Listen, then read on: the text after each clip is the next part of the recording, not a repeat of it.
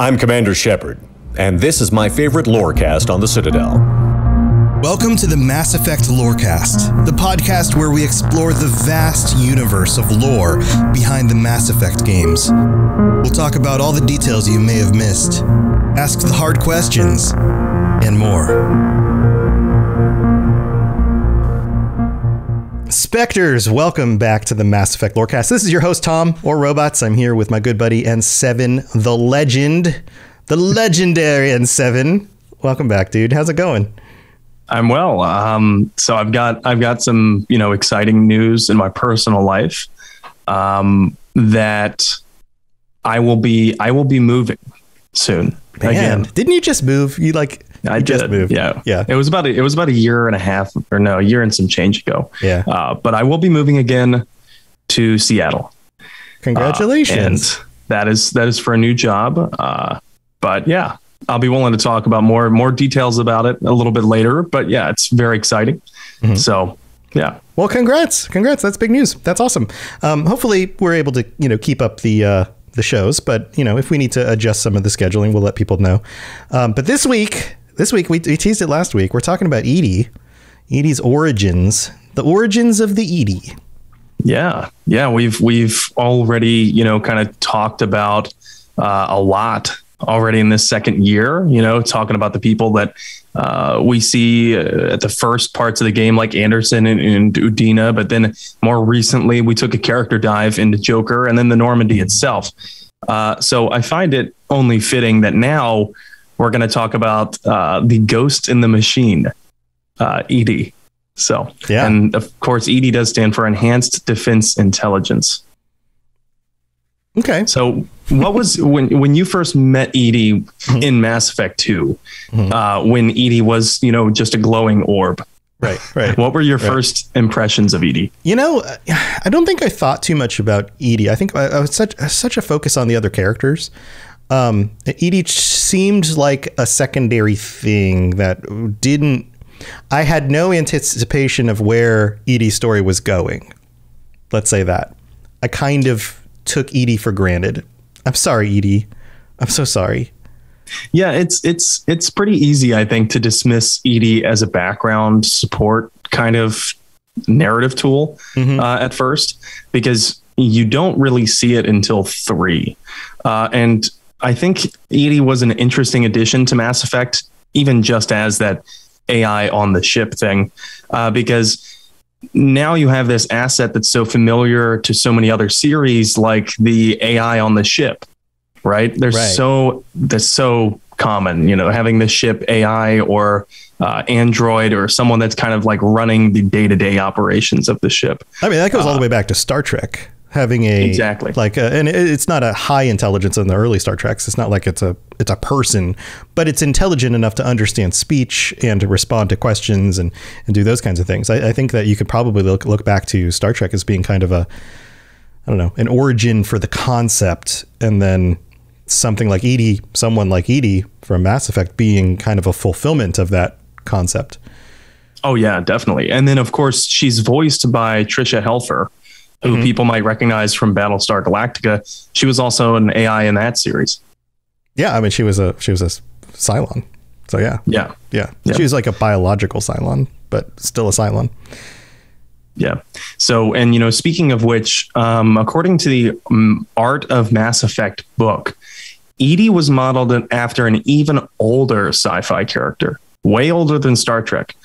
A lot of people might not recognize this name. Some people might if they're diehard sci-fi fans, but EDI was modeled after Maria in Metropolis. So we did an episode of the Cyberpunk Lorecast where we talked about Metropolis, the movie from like 1928, something like this. Yeah, I remember. Yeah, it was about that. I don't remember exactly the date. This is a black and white movie, and it predicted a lot, or I guess you could say a lot of sci-fi pulled ideas from the movie later on. I mean, it's definitely the 1920s. Like there's definitely a lot of 1920s going on, but there are some concepts in there that are foundational for sci-fi. So this concept of like an AI is. Oh yeah. Yeah. It's like the grandmother of a lot of modern sci-fi. Right. Yeah, it's a cyborg woman who is built as a machine, but then takes on the appearance of a person, and you can't tell that it's not a person. It's like central to the concept of the movie. Right. And of course, Edie's model doesn't really come in until Mass Effect 3 when Edie obtains a robotic body. But first, we're going to get into how Edie enters the game in Mass Effect 2. Right. So this is talking orb model only. Episode. Yeah. Right. Basically, this episode is going to focus on when Edie's an orb. But she's an omnipresent orb at that on the Normandy. Because she kind of is the Normandy SR2, with her brain being located in the AI core, at least at first. And now technically she's powered by quantum computing, which I found to be interesting, but it's specifically called like a blue box quantum AI, which I tried to do my own digging about what exactly a blue box quantum AI is. And I couldn't find very much. So I feel like it might be one of those, titles that the writers just make up and they're like, it's sci-fi. It's a thing. Yeah. But quantum computing is definitely a real thing. And it's something that we're like every year they're making strides on, which is crazy. This idea of, simply put, computers based on silicon and electrons and that kind of technology are limited because you can only make the parts to a certain size and they can no longer get small enough. But if you can make quantum computers based on quantum mechanical movements, then the scale gets so much smaller than that of an electron. Oh, yeah. Yeah. And so it makes sense how you could attain an actual AI that way. Yeah, because of the number of operations that would need to be done in order for something to be complex enough to become self-aware. Yeah, and definitely. And while she gets a title role in Mass Effect 2, she actually appears in the game much before we ever hear the name Edie, although she's not quite at the quantum computing level yet, I think. Oh, so when was this? Do we know that we meet her? Is it one of those things where if you go back and you play through, you go, oh, yeah. You would have to replay it to know you're meeting her when you meet her. Uh-huh. And she actually enters the Mass Effect universe in Mass Effect 1 through a side mission on the moon and by a different name, kind of. Okay. So do you remember the mission in Mass Effect 1 where Shepard has to fight off a rogue VI on the Alliance's Luna base? Vaguely. I haven't gone and redone all the side missions over and over again, like many of you guys have. It is an easy to miss side mission, I think. Yeah. But it takes Shepard to the moon. Hackett hits up Shepard with another honeydew list item, saying, "Shepard, there's this batshit VI that's going haywire and attacking personnel at the base. I need you to go in and disable it. Hack it out." That's it. That's my Hackett impression. Love you, buddy. And it sounds pretty run of the mill, right? Like, okay, military VIs going crazy, hacking, turrets that are shooting people, and just go in there and take it out. And aside from how fucking cool it is that we get to go to the moon, right? It's pretty cool because it has this really awesome lore explanation later. But this mission also rewards the player with a specialization within their class. So it has tangible gameplay benefits too. Mm-hmm. So you unlock some pretty great buffs for other powers that you have and some awesome passive abilities. But throughout this mission, though, this damn VI it just keeps proving to be a rather annoying foe, fighting back against what would be its destruction. You're going through this like subterranean base that are in Mass Effect 1 more or less copy and pasted, the subterranean bases. Yeah. And in each doorway, like after you disable one of the mainframes, the VI keeps booting up these shields that you have to like shoot through, and it's just kind of annoying. Yeah. Self-preservation. What? Yeah, I know. Right. It's like, but that's the thing. What if VI have self-preservation, right? I mean, assuming if something's self-aware, I think isn't that one of the requirements for like determining self-awareness is that like self-preservation would be inherent to it or something like that? Oh, definitely. That's definitely one of the hallmarks of sentience. And as it pertains to Edie, we'll talk about that a little bit later. But it even gets to the point where you get to one mainframe room and you're destroying the mainframes, and then the VI starts pumping noxious gas into the room. Okay, yeah, I feel like I remember this part. Yeah, very clearly fighting back. And well, we find out much later in the series that was Edie in prototype form. Edie was basically born from that VI, and then combined with Reaper tech that was preserved from the remains of Sovereign. And it creates this all-knowing Normandy electronic warfare suite. Sweet. So our good buddy Edie tried to murder us and is also Reaper tech. Tee. Isn't that funny? That's so kind of, that makes me a little bit more cautious about trusting her. So how much of this do you think was like planned ahead of time? Were they like, hey, we're going to put this side quest in and then we can use it as a launching pad for some sort of AI thing that we build out later that eventually becomes the Normandy? Or do you think this was more of like a, hey, wouldn't it be cool if Normandy was like had some personality and, oh, we have this story thing we did. Why don't we just pull from that? Yeah, I think maybe both. The huge fan of BioWare in me says that they planned it from the get-go. And they've gone that route in the past with some of Anderson's stories in the novels, because if you remember the first Anderson novel, Mass Effect Revelations, that came out before the game did. Right. And it was probably written alongside the same time. But knowing how much narrative direction they changed from Mass Effect 1 to 3, and that's when it's explained later in Mass Effect 3. And with Drew Karpyshyn, who is kind of the lore father of the series, he left the project to work on Star Wars: The Old Republic before the trilogy was over.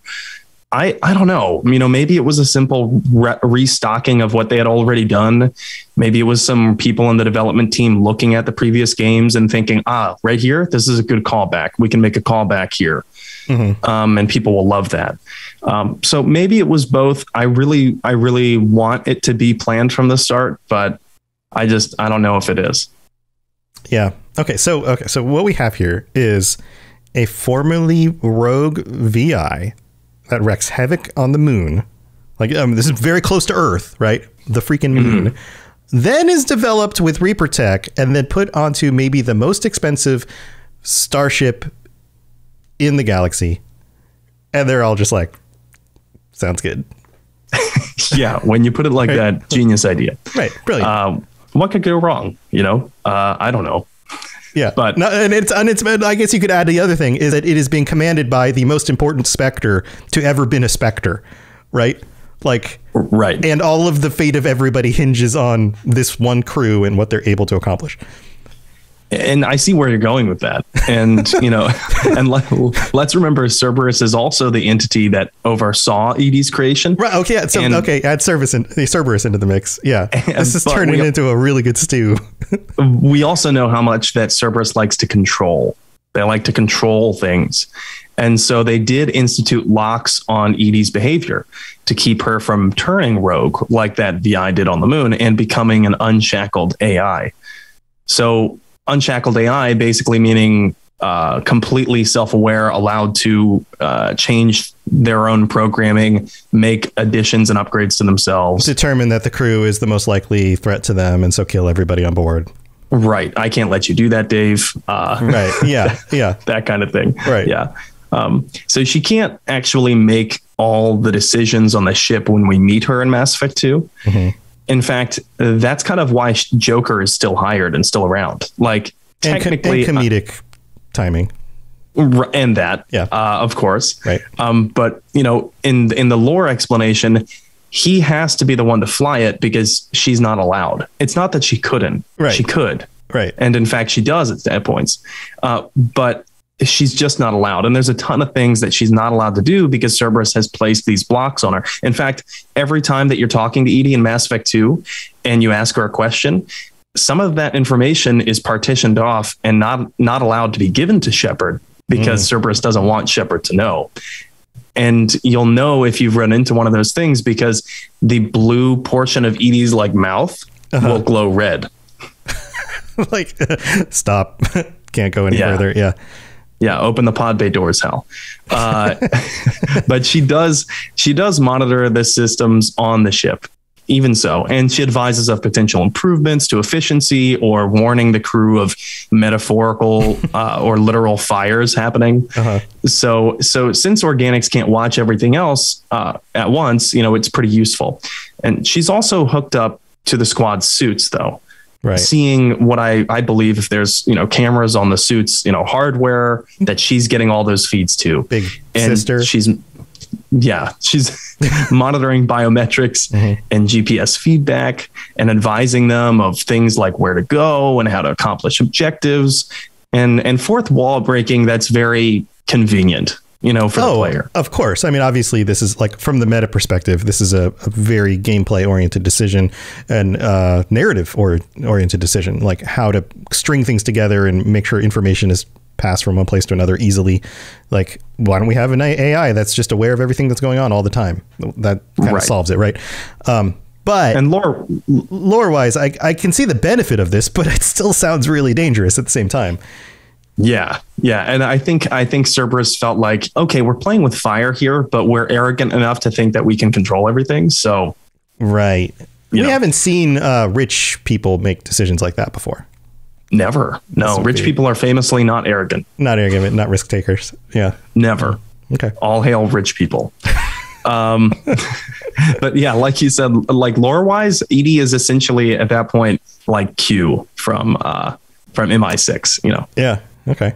And but better than Q, because Edie is more intelligent and can be everywhere and analyze, like zettabytes of information within seconds, So Edie does serve as that narrative propelling device, giving crucial lore context on multiple topics like Cerberus itself to the player, things that the player wouldn't otherwise know. Right. But her AI capabilities allowed the writers a lot of room to use her to do everything from serve as that encyclopedia to activate groundside defenses while Shepard's away, on a mission, or analyzing the obtained collector DNA and letting Shepard know, hey, I just compared this with every known sample of Prothean DNA, and they're like 98% similar. It took me like 0.027 seconds. It's like a Google search. That's like, this search results returned to you in 0.00372 seconds. Exactly. It's a Google search that's listening to you and automatically searching when you have a question. Yeah. It's basically Alexa. Yeah. And it is pretty intricate, but Edie is one of those characters who is used as a method of teaching the player more about the universe. And there's several like that, there's so many like that throughout fiction. And sometimes if it's poorly written fiction, I find it's very easy to identify those lines and those characters. Right. But this wasn't one of those cases to me. I think that the reason Edie works is because it's a natural assumption that you would have intelligent computers, whether it's self-aware AI or not, but you would have intelligent, highly sophisticated, very fast processing, large databases of all the knowledge they could possibly download at any point or connect to and get, very quickly. Like that technology in this future setting, when you have so many other advantageous technologies, seems like, there's no question, right? Like this is something that would exist. Yeah, definitely. It's not out of the ordinary. It doesn't feel plopped down there out of a different series or something. Right. Yeah, it doesn't even feel like space magic. Like sometimes, like what we talked about with the name of the blue box, right? Sometimes it's just space magic words. It's like science words that sound sciencey, but it's really just space magic. Schematics. Right. Blueprints. Right. This like actually having a kind of self-aware, but yet all-knowing, very fast intelligence seems like where things, if you were to do this successfully and create the boundaries around that personality, this seems like what you might get. Yes, but it's twofold. So it's not just like a tool to help them, because Cerberus also wanted to keep eyes and ears on their investment, and specifically the Elusive Man's investment. Just like Alexa. just like Alexa. And if you're listening at home right now and wondering whether Alexa could turn into Edie someday, you may be warranted in that. Edie does in fact listen and monitor all parts of the ship all the time, and was meant to serve as the elusive man's eyes and ears. And we know this in a few ways, one of which is pretty awkward. Edie asks about developing a relationship with Joker in Mass Effect 3. And it's when you're on shore leave at the Citadel. And she starts the conversation with, Shepard, you've had sex before. Like, it's like, not as a question, but as a statement. Like, I know because I've seen it. Exactly. And like, I remember thinking like the first time, like, wait a second, how do you, oh, that's how you know that. Yeah. You know everything. You've been watching me bone for 3 games now. No, 2 games now. Right. Yeah. Or anything else awkwardly you're doing by yourself, quote unquote, by yourself. Yeah. Nope. Yeah. Nope. You know, every time that you got the runs, like, you think the elusive man would, you've had diarrhea 7 times this year, Shepard. I've been monitoring your biometrics. You need more fiber today. Right. Everything. How likely do you think it is that the elusive man would be one of those people who puts cameras in the bathroom? Oh, absolutely. Absolutely. Yes. He wants to control everything.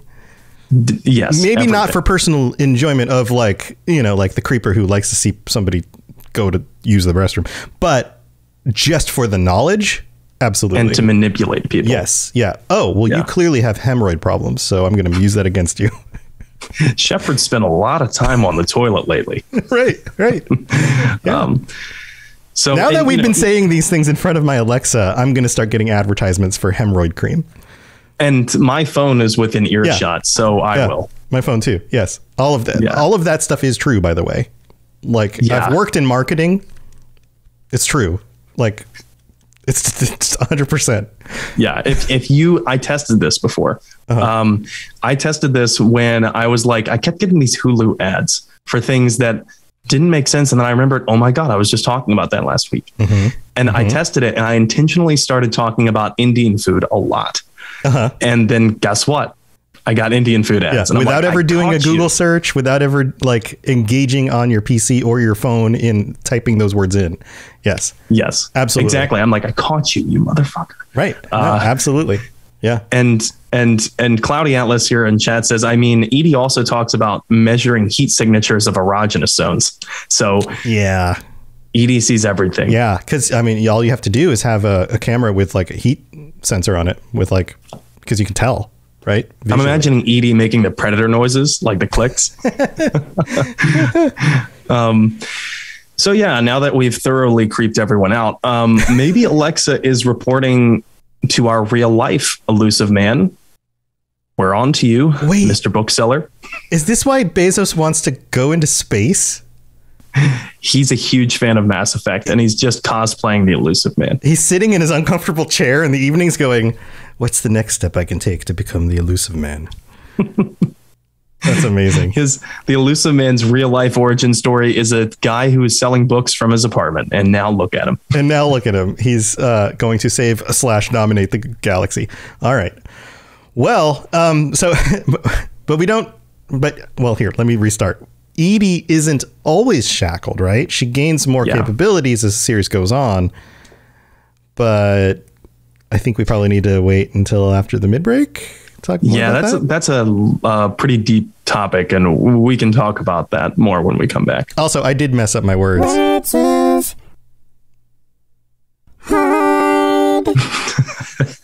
Yeah. All right. We'll be right back after this. Message coming in. Patching it through. I am sovereign, and this station is mine. I like the sound of that. All right, here we are in the middle of the show, and this is where we get to thank our amazing patrons. And let's see, I don't think we thanked Cable X Ascani Clan. That's quite the name, Cable. Thank you for signing up with us on the Patreon. Welcome. And big shout out to all 61 of our patrons. We're at 61. Do you think, I mean, we've already broke a boundary here. Sam, do you think we could get 8 more patrons and get to 69 by next week? I don't know. Should we like reserve like a special something for patron number 69? Maybe. But then maybe nobody else will sign up until it gets to 68, and then everybody will rush to hit 69. But I don't know. Maybe we'll just call whoever becomes patron 69 from now on. Patron number 69. Yeah, there you go.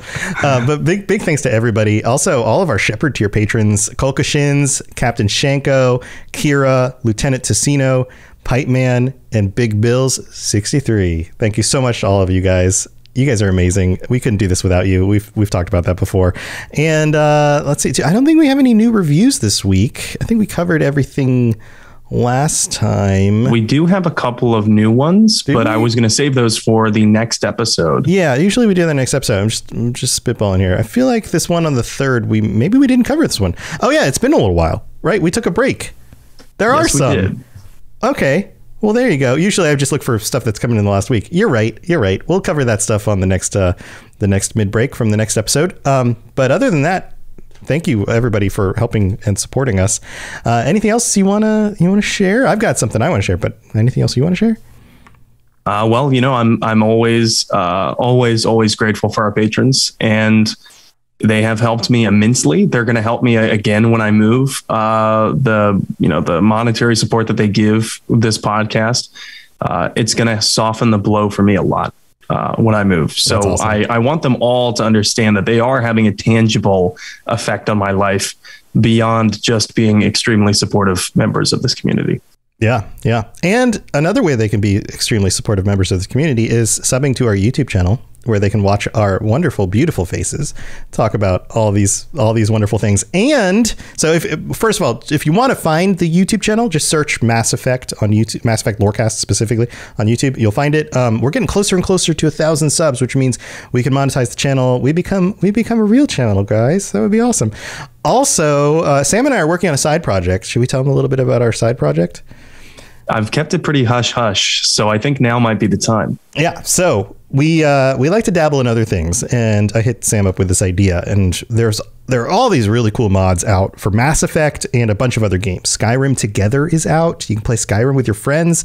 Elden Ring has a co-op mod. There's a bunch of cool mods. Sam and I love modding games, and we thought, you know what, we should do like a YouTube channel / series on modding stuff. So we're going to be doing a regular show called Mod Masters as our little side project, and we'll be streaming games when we stream games, some of my streams, and I don't know if some of Sam's streams, and maybe we'll guest on each other's streams, and we'll try out mods together. We'll have like a weekly YouTube video that we put up that's all about the things that we learned, the best mods to install for many of these games, all of that kind of stuff. That's all going to be on the Robots Radio channel. It's going to be kind of the part of the main focus of that. I've done a lot of mod videos before. I don't always regularly do them, but every so often I dabble in them. But this will mean that you're going to get regular mod videos for all the games that we love. So if you aren't following the Robots Radio channel on YouTube, also go look that up, because that's where you're going to see our faces doing more stuff.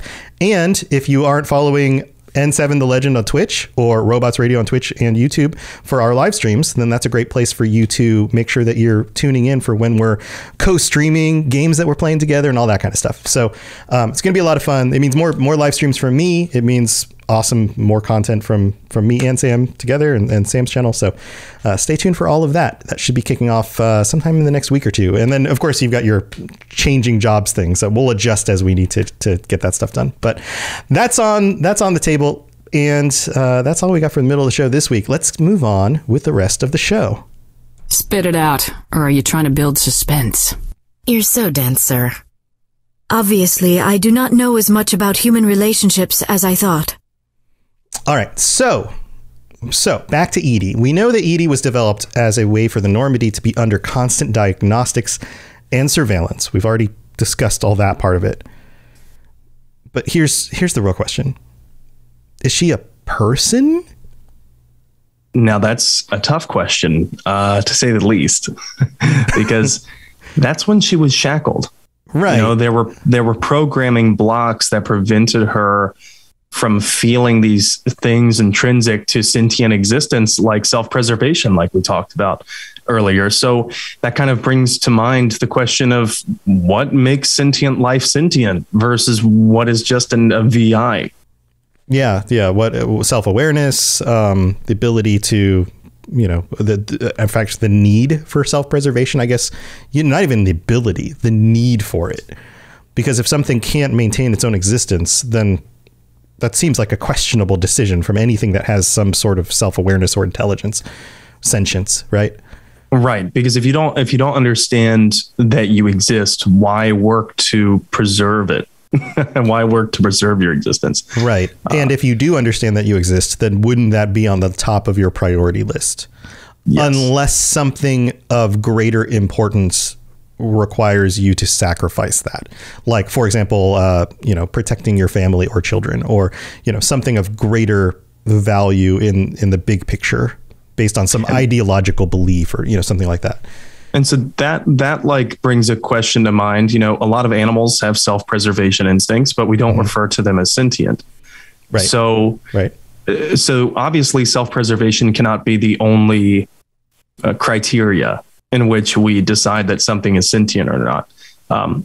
I absolutely love my pets that I've had, but I'm not sure that all of them have been self-aware. I do think that one of my dogs was pretty close to that. I question whether or not he was. Okay, so this is going to get reactions. I sometimes wonder what percentage of the human population is actually self-aware. and I mean, that comes across as kind of a joke, as like, yeah, some people are idiots, but like on a actual foundational, like philosophical level, the inability and the difficulty it is, even within myself, to make myself do the things I know I should do and actually take control over myself is very, very difficult. Think about any time you tried to stay on a diet, or any time you try to make the better decision or motivate yourself to do good on a regular basis. The things that don't come naturally, the things that don't seem to be just inherently programmed into our brains, forcing ourselves away from the inherent program, the ability to just turn down a cookie when someone says like, here's some sweets, you want one? And you're like, I probably shouldn't have one, but okay. And you eat it anyway, right? Like, hopefully this makes the pain go away. Yeah, that kind of thing. Right. Yeah. Or to stop drinking alcohol, or stop smoking, or anything that we know we have control over, but we don't like, it's so hard to wrestle control over ourselves. This isn't an external thing at all. It's so difficult as humans to do that regularly. And so few people genuinely succeed at that. Like, I mean, this is like Maslow's hierarchy of needs kind of thing, sure. right? Like the top of the hierarchy. Are you saying that maybe then a part of the criteria for sentience should be not just self-control, but deciding things on a purely rational basis? Being able to actually wrestle control of things and make decisions, actively making decisions over your life and your circumstances on a regular basis. And not just responding to needs. Not just responding. Because if you're just responding to needs, then are we really different from any other animal out in the world? Like a bear responds to its needs. It doesn't make greater decisions. It's sure. like it's on autopilot, right? And most of the time, people, myself included, are on autopilot. Sure. And then that brings to mind pleasure-seeking behavior. Right. Not all animals have pleasure-seeking behavior. Sure. A lot of them do. Humans obviously do. Yeah. But a lot of the decisions that human beings make that are not need-based are because they're pleasure-based. Right. And that's still like an autopilot thing. That's still a lizard brain thing. Like I'm doing I'm eating the cookie because it tastes good, not because I need the nourishment. I don't need those carbs and sugar. If I was making a rational decision, I would say, no, thank you. Do you have any vegetables? Right. Like, because that's going to nourish my body and make me a stronger, healthier, better person. But I don't usually do that, even though I know I should. I don't. But if we have this life full of habits where we're only making the decisions based off of what's rational, do I need the vegetables? Do I not? Right. That doesn't feel human to me. Right. I don't think that the requirement is that you always make rational decisions. The question I have is, are there people who never make rational decisions and never actually wrestle control of themselves, or live their entire lives in automatic mode? And if that's the case, are those people truly sentient? I feel like that.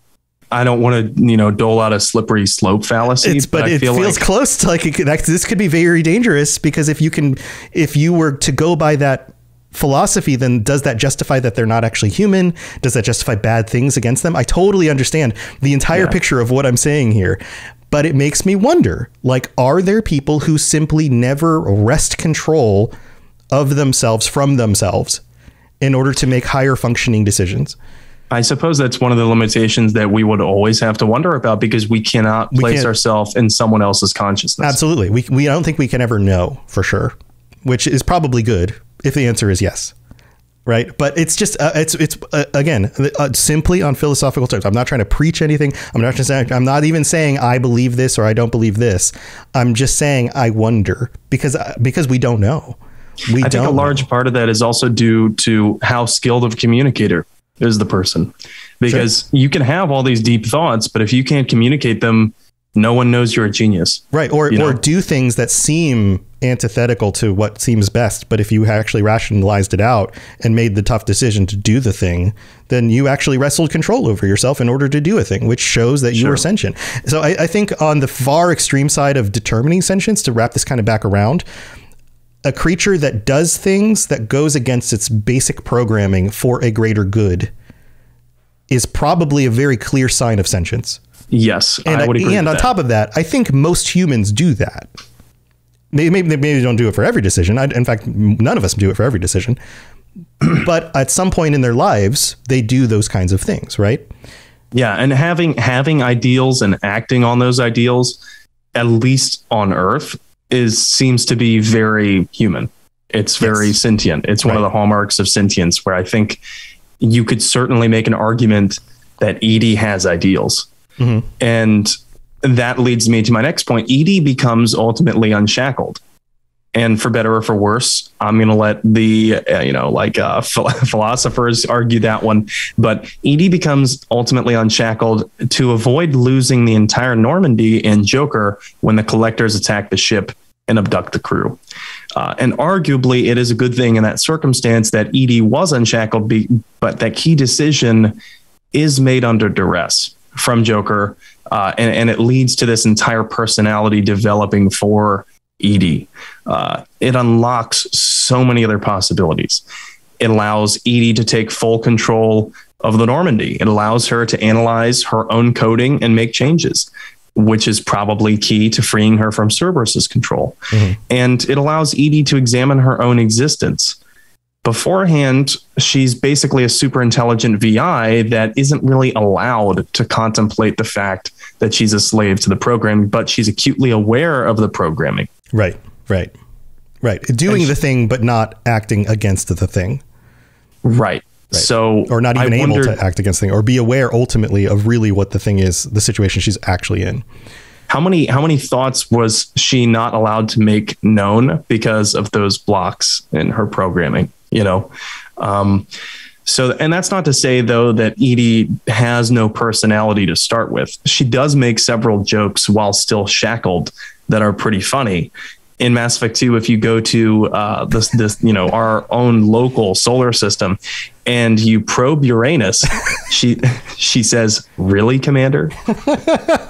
Like she's aware of the pun. That's Edie's well aware of the joke there, and she also jokes about venting the Normandy, basically killing all of the crew, but it's deadpan and it's not entirely clear that it's a joke, which I think is pretty funny in itself, because it's like she's still learning how to make appropriate jokes, kind of like a kid. Right. She has to test out the waters and go, does this delivery work? Yeah. Okay. Right. And have your kids ever made jokes where you're like, oh, that was a little dark? Oh yeah, absolutely. Or just like, I'm sure every parent knows this. The thing many kids do is they'll say a thing they think is funny, and then they don't get the reaction they were wanting, and then they'll double down and keep talking about it. And my son's very much like that right now, and I have to look at him and go, dude, it didn't work the first time, it's not going to work the fourth. Like sorry, it's just, maybe try a different joke. And I'm not trying to be mean, but I'm trying to just like get him to be like, to read the room, right? That's basically my response, is like, read the room. Like it didn't land, try something else. Not maybe the same parents joke. Out there who are just like, boo, you suck, get off the stage. right. Ruin tomatoes. I hope not. But Edie says a lot of things like that. And I see Cage Nephilim here in chat says, I love seeing humans on their knees. She says that as a joke. And that is pretty funny because, you know, I think it takes a little while to understand that Edie is deadpan and that it's not exactly clear when Edie's being sarcastic because Edie, I think, doesn't understand the different inflections in voice yet. Sure. Sure. Or the fact that it's freaking terrifying to think of her becoming some sort of like AI overlord or something. Yeah. Or maybe she does realize that it's terrifying and she just likes toying with the idea. Pokes everybody. Right. She just likes poking the buttons saying like, yeah, I might become murderous. Who knows? Just kidding. I love you guys. Yeah. Edie also says a lot of things that are the robotic versions of phrases that we've heard plenty of times. And on my most recent playthrough, I've run into this time and time again. Edie will say something and I'm like, oh my God, that's just the writers making one of our colloquial phrases more robotic. For example, she says when she's asked about the budding relationship between Joker and Edie says, quote, "What Jeff and I are exhibiting is more like a platonic symbiosis rather than hormonally induced courtship behavior," which is a very, very robotic way of saying we're just friends, Shepard. Right. It's the same thing. Yeah. You know, we're just friends. But those phrases and those jokes, they slowly become more complex, more relatable, more human, for lack of a better term, after Joker unshackles Edie. If you go back to the AI core after she has become unshackled, Edie will tell you, quote, "Since Jeff connected me to the rest of the Normandy, I'm effectively everywhere at once. You walk within my body, tickling me with your footsteps." That is a joke. That is a joke. Like, just in case you didn't know. Just to make sure you don't think I'm losing my marbles. That's a joke. Or it actually tickles when you walk around. Yeah, that I like, so they become more complex. They become more relatable where you're like, oh, okay, that was a little bit more funny. And it's not just because I don't think it's just because the player is adapting to Edie's sense of humor. I think it's just that like Edie is becoming more humorous and more relatable. So props to the writing team on Mass Effect on making Edie's transition to fully sentient AI rather seamless from these subtle developments in her dialogue, even within Mass Effect 2. Of course, it becomes more evident for us as players in Mass Effect 3 once she has a body, but you know, we can get into that in the next episode. Yeah. Good on you, writers. It is. And good on them. Let's have a round of applause for the writers. I think I've got, here we go. Oh, do you have one? Oh, it's very quiet. It's a golf clap. It's like a really far away crowd. They're awesome. Then they're cheering. They're just like really far down the road. Yeah, we're in the Normandy and they're on the moon clapping up at us, which doesn't even make sense because the atmosphere wouldn't even make it, but whatever. All right, so go on. You know, but like you mentioned earlier, the fear of making this AI from a rogue VI that already went bad before and then combining that with Reaper tech. I think it was probably prudent of Cerberus to put those shackles on her. They couldn't be sure if the Reapers could take full remote control. But then again, maybe they shouldn't have used Reaper tech in the first place. I don't know. I mean, I feel like that would be playing with fire inherently. But again, the Elusive Man thinks he can control everything, right? Right. And they do use Reaper tech in a lot of ways. So, like reviving Shepard, right? Actually, I've seen some back and forth about that, about whether Shepard technically has Reaper tech within them. My personal opinion is if it's not confirmed in the lore, I think it's a fair inference to make. But it also makes sense then why Edie herself would die in the Destroy ending, given that she had Reaper tech within her. Not all of the Geth did, though. Not all of the Geth had Reaper tech in them. And we are seeing more of them teased in media promoting the future games. So yeah, I mean, that brings up a good point. So why is Shepard so trusting that Edie isn't of the same breed as the other bad machines, you know, like the Geth and the Reapers? Like, well, Edie does straight up tell Shepard that she works very hard on analyzing anti-Reaper algorithms, which is basically a cyber defense against the Reapers. And it's because of the Reaper tech within Edie that she's able to compete with the super advanced organic machines. So she's forthcoming about this truth that she didn't have to tell Shepard. Right. But to play devil's advocate, if you were trying to protect yourself from Shepard getting upset at you and potentially turning you off or destroying you, you would come up with an explanation that would feed what would make him feel good about it, right?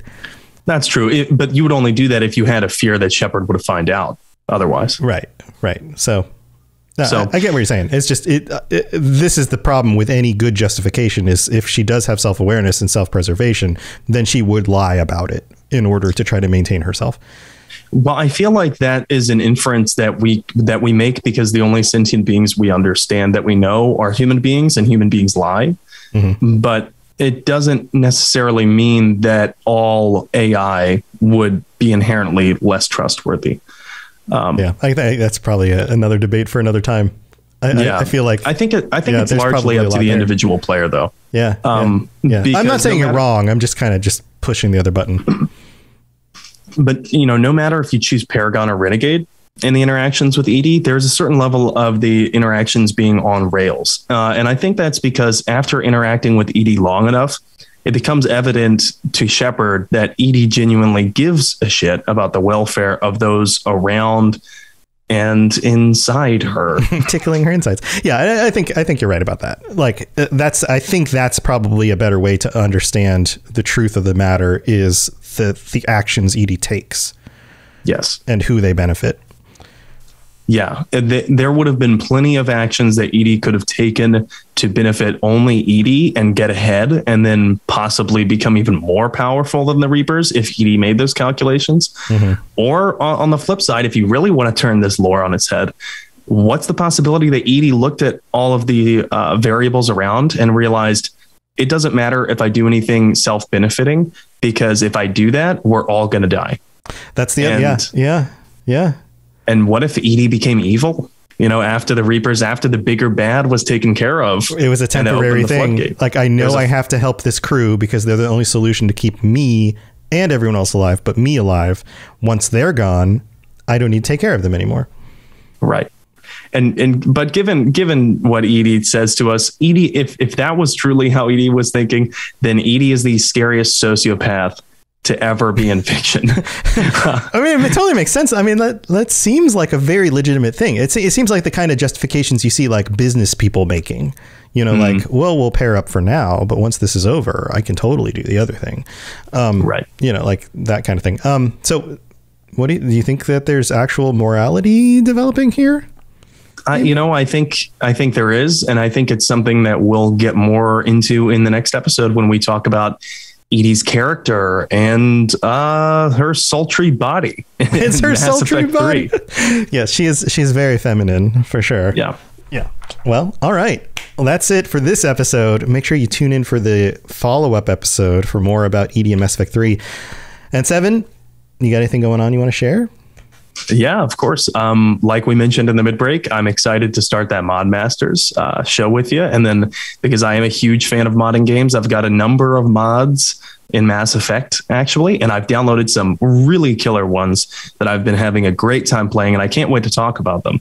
But if you want to catch any of that gameplay, I'm streaming the modded Mass Effect playthrough on Saturdays on Twitch and streaming some other games as well, like The Witcher and Dragon Age, which you can both mod. You can mod both of those as well. Yeah, exactly. And I'm planning on it. So if you'd like to catch any of that, you can follow me on Twitch at N7 The Legend. Awesome. I'm all my stuff's at Robots Radio stuff on different channels. So Twitch, YouTube, wherever. robotsradio.net for all my shows and all the other stuff. And today I tried out Skyrim Together redone. I think it's redone with my son who's 12, and he's never played through Skyrim. He played like maybe an hour of it once. So that's been a lot of fun. It's actually working better than you would expect. And so he also uses a voice, like a vocoder thing on his voice for the voice chat. So he sounds kind of like a little robot. It's pretty funny. But that's, I mean, he is a little robot. He's a little robot. You're robots. So yeah, it's true. It's true. But that's on my Robots Radio channels. I'll be doing more of those streams. Sam and I are maybe going to stream tomorrow night for those of you on the live show, because it'll be too late for those of you on the recorded versions. But that's Tuesday night. Maybe we'll do something in the evening tomorrow. Maybe try out some Skyrim or Elden Ring or something together and see how that goes. So come join us for that stuff. But otherwise, you guys know where all the other fun times are. That doesn't make any sense. Oh, man. Words is hard. Yeah, words is hard. But that's it for this episode. Chat, don't go anywhere. We're going to kick off the next episode right now. For those of you listening at home, you have to wait a few days. But here we go. All right. Bye, everybody. Thanks for tuning in to the Mass Effect Lorecast. We'd love to hear your opinion and thoughts on the lore of Mass Effect. Reach out to us on Twitter at Mass Effect Cast, or check out the Robots Radio Discord. Also, you can send us an email at masseffectlorecast@gmail.com.